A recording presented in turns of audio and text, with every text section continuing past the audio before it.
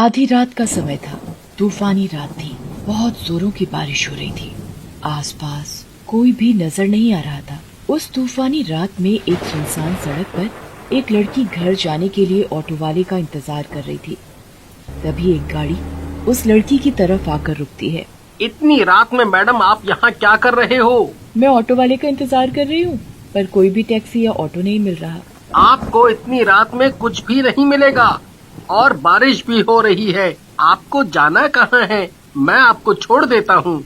जी शुक्रिया, मैं चली जाऊंगी। देखिए रात काफी हो चुकी है, मैं आपको छोड़ देता हूँ। मेरा नाम अनुज है और आपका नाम क्या है? मेरा नाम नीलम है। बड़ा प्यारा नाम है। जी धन्यवाद। और एक कब्रिस्तान के पास पहुंचकर नीलम कहती है, अनुज आप गाड़ी यहाँ रोक दे, मेरा घर यहाँ पास में ही है। पर यहाँ तो कब्रिस्तान है। हाँ मेरा घर यहीं पर है। और अनुज गाड़ी रोक देता है। नीलम गाड़ी से उतरकर जाने लगती है और तभी उसकी नजर घड़ी पर पड़ती है और तभी वो नीलम को आवाज लगाता है, नीलम नीलम नीलम। पर नीलम अनुज की आंखों के आगे गायब हो जाती है। अरे ये नीलम कहाँ गायब हो गई? और अनुज अपने घर चला जाता है। घर पहुंचकर वो घड़ी की तरफ देखता है और कहता है, अरे ये कैसी घड़ी है, इतनी पुरानी, इसका डिजाइन भी अजीब सा है। और ये कहकर वो घड़ी टेबल पर रख देता है और सो जाता है। कुछ समय बाद अनुज को सोते समय कुछ अजीब सा महसूस होता है। अचानक अनुज को सोते सोते पसीना आने लगता है और अनुज को घबराहट और बेचैनी होने लगती है और उसकी आंख खुल जाती है तो वो देखता है कि पंखा अपने आप चलने लगता है, लाइट अपने आप जल जाती है और अपने आप बंद हो जाती है। तभी बाथरूम से पानी की आवाजें आने लगती हैं। अनुज कहता है, ये अचानक क्या हो रहा है? वो बाथरूम का दरवाजा बंद करने के लिए जाता है तो देखता है कि पानी की जगह नल में से खून निकल रहा है। वो डर कर बाथरूम से निकलता है तो देखता है कि घड़ी में से एक डरावनी चुड़ैल निकलती है और उसका गला पकड़ लेती है। अनुज चीखता है पर उसकी आवाज नहीं निकलती। चुड़ैल बड़ी ही भयानक और डरावनी लग रही थी। उसकी आंखों से खून टपक रहा था। उसकी आवाज बड़ी डरावनी थी। तभी अनुज कहता है, कौन कौन हो तुम? तुम मुझे मारना क्यों चाहती हो? मुझे छोड़ दो। मैंने तुम्हारा क्या बिगाड़ा है?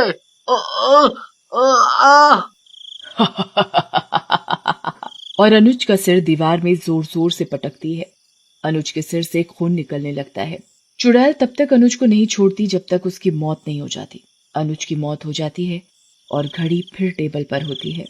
और तभी अनुज की मौत की खबर सुनकर अनुज का दोस्त नवीन आता है। इतनी बेरहमी से किसने मारा? कौन मार सकता है? अनुज का तो किसी से कोई लड़ाई झगड़ा नहीं था और ना ही कोई दुश्मनी थी। फिर कौन ऐसा कर सकता है? कौन कर सकता है?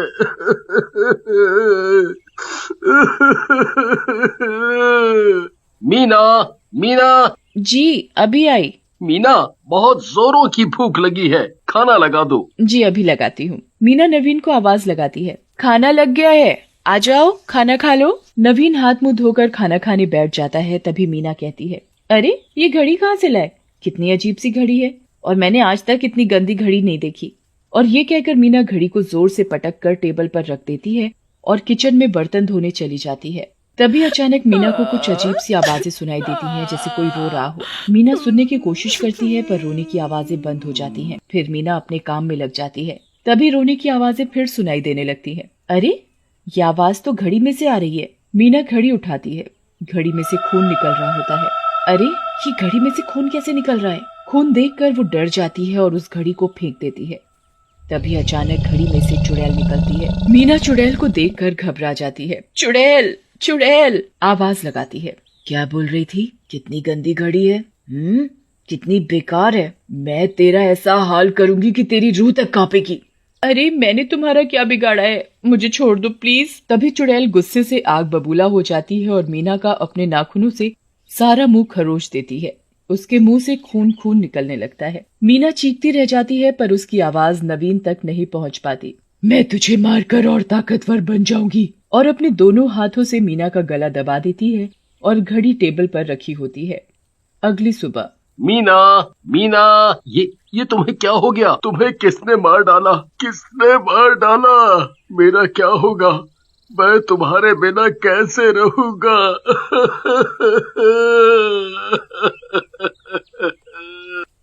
नवीन जोर जोर से रोने लगता है।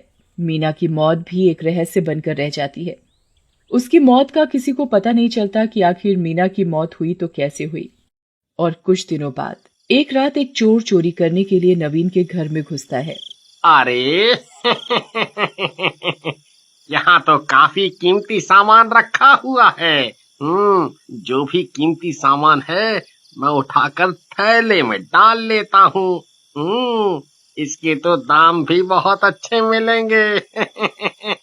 चोर सारा कीमती सामान थैले में डाल चुका होता है, तभी उसकी नजर टेबल पर रखी घड़ी पर पड़ती है। अरे ये कैसी घड़ी है?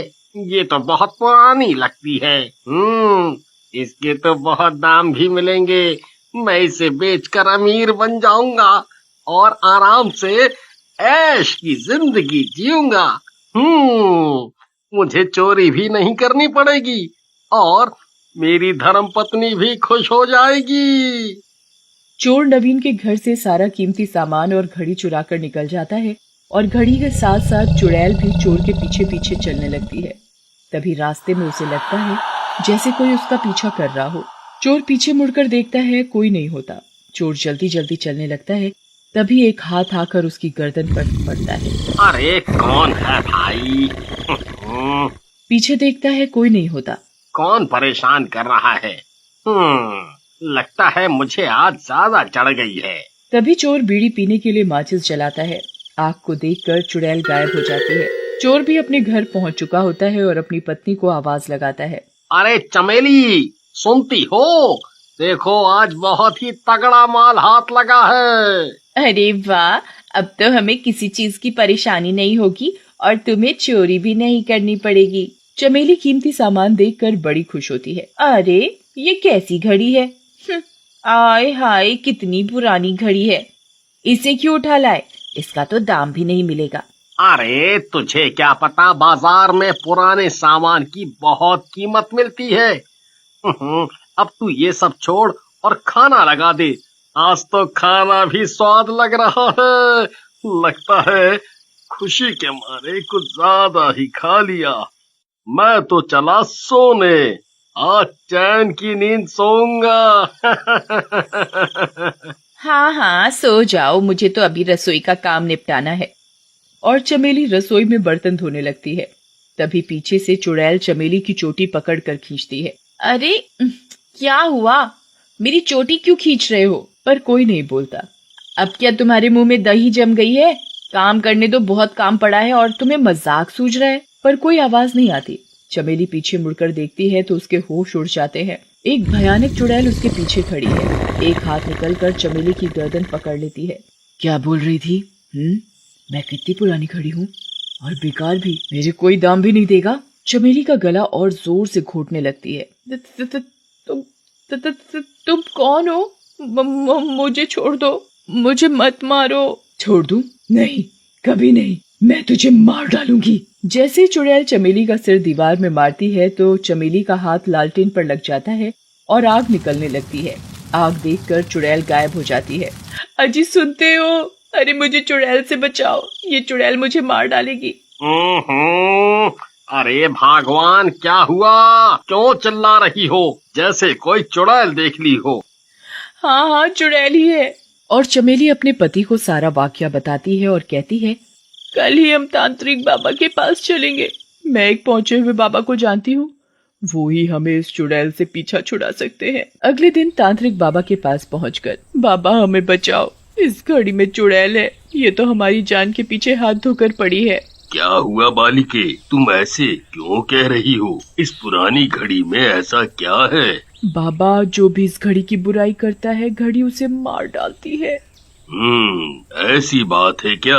चलो मैं भी इस घड़ी की बुराई करके देखता हूँ।